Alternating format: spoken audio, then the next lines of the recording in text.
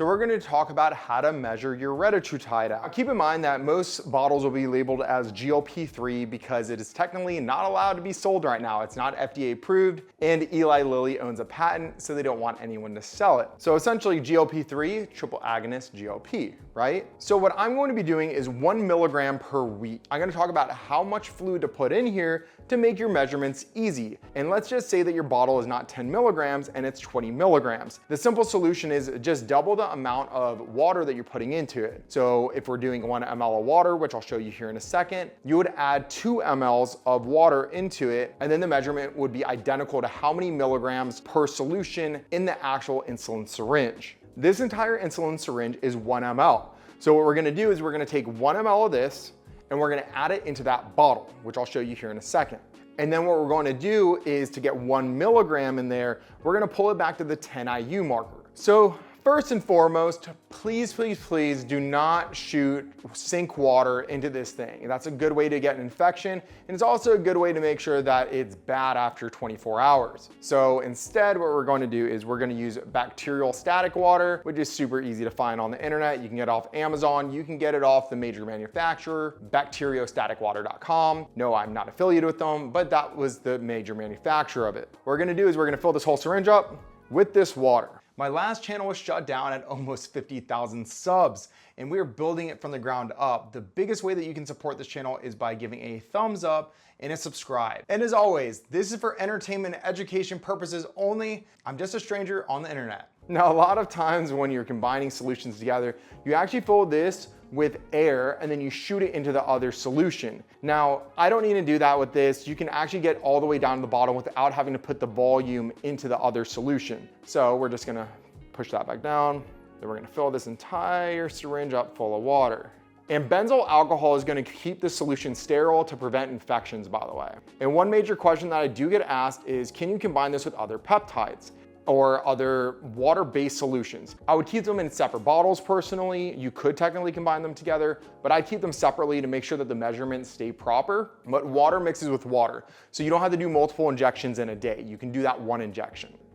This can be shot intramuscular. I do want to reiterate that. However, I personally would go subcutaneous. It slightly elongates that half-life. So now we're going to be combining this 1 ml of water with the solution, and then we're going to roll it until all the powder combines together. Take it on the side. Don't push it straight into it. And sometimes it naturally will pull the syringe, right? Like you can see it's naturally pulling. If the volume is slightly less than the outside is, right?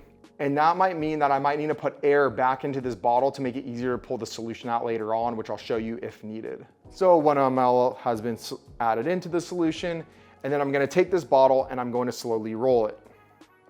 So once the 1 ml of water has been added into the solution, there should be no powder, right? So it's all one solution, and that's where you want to be before you inject it. Now, once water has been added into this and it's no longer powder form, you must store it and refrigerate it after you're done injecting it. You can inject it as it's at room temp at that moment in time, but after you're done, store it in the fridge or else it will go bad. Now, remember, this is a 10 milligram bottle. I'm going to get 1 milligram out of it. So I'm going to pull this to the 10 marker.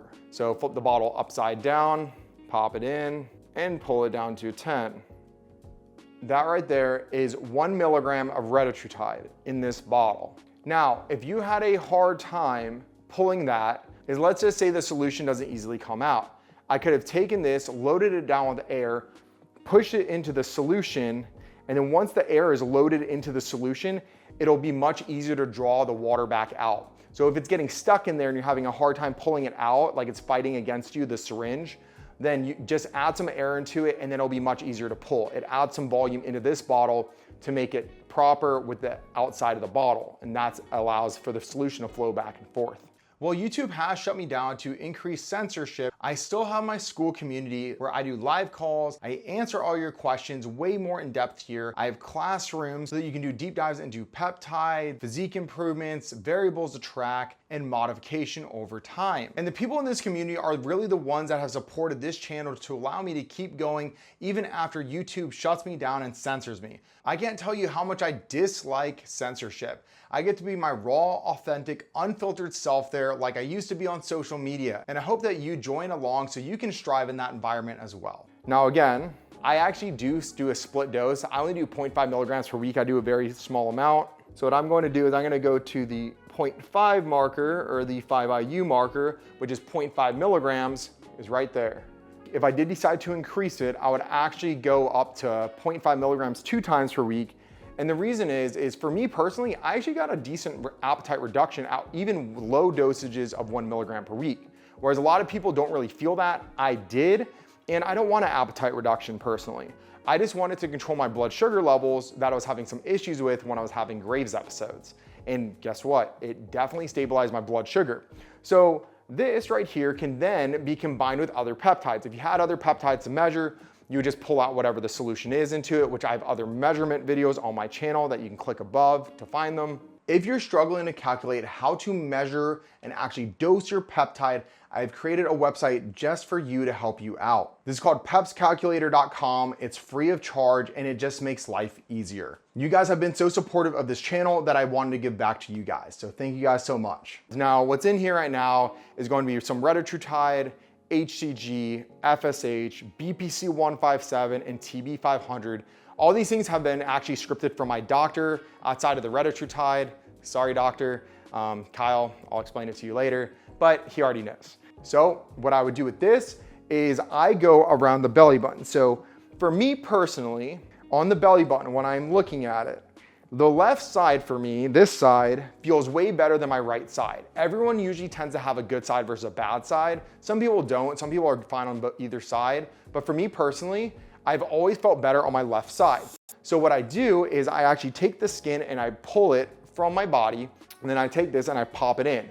Now, because this has more water in it, it's gonna kind of sit there. So what I'm gonna take with my skin is I'm gonna keep that skin pulled out, and I'm gonna actually roll it back and forth so it disperses the water so it doesn't sit there stagnant and pocketed. And that's one of the things that a lot of people have issues with, is they feel this post-pain injection or these welts that build up. And that's one of the solutions that I found. People have always asked me about like that welt that people get after they're injecting peptides.